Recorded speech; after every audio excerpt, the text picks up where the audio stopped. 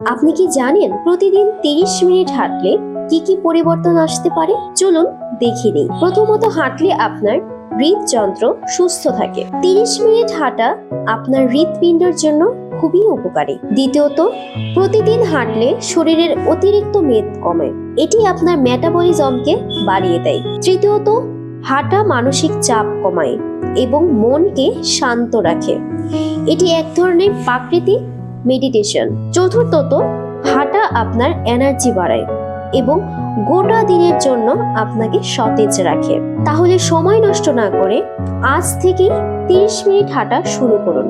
এতে আপনার হার্ট ভালো থাকবে এবং আপনি সুস্থ শরীরের অধিকারী হবেন। আপনারা দেখছিলেন স্বাস্থ্য বিষয়ক চ্যানেল হিলিং টিপস। স্বাস্থ্য বিষয়ক বিভিন্ন টিপস পেতে আমাদের চ্যানেলটিতে সাবস্ক্রাইব করে পাশে থাকবেন এবং নতুন ভিডিও পেতে পাশে থাকা বেল বাটনে ক্লিক করবেন।